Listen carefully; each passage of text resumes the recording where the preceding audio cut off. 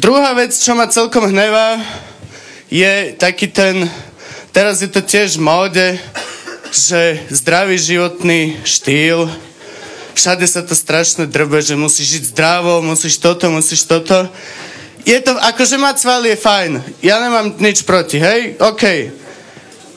Ale prečo sa ten zdravý životný štýl jebe ku nám do mesta? To je vec, ktorá má niekde byť na vidieku. Tam nemáš čo robiť, tak do piče buď zdravý, okej, I don't give a shit.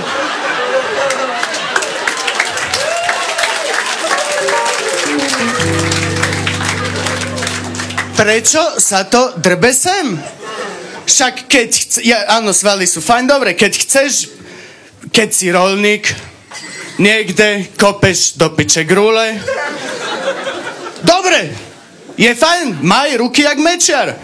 OK, ja som plne za. Nikto nemá väčšie ruky jak Mečiar. A ani vy. Mečiar bol ten, že prosím vás, že na tú elektru by ste...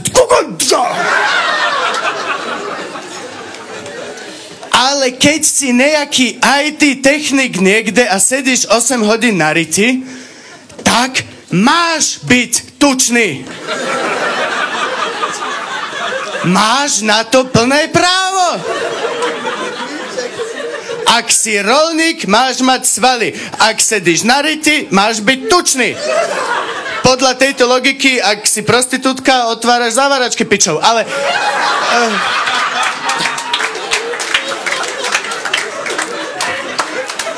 každý má to, čo si zaslúži. Pevne verím, že aj Harabin dostane basu konečne, ale... je to neuveriteľne falošné. Sedieť niekde 8 hodín na riti a potom ísť do fitka, aby si vyzeral ako kokodrolník. Na čo? Na čo?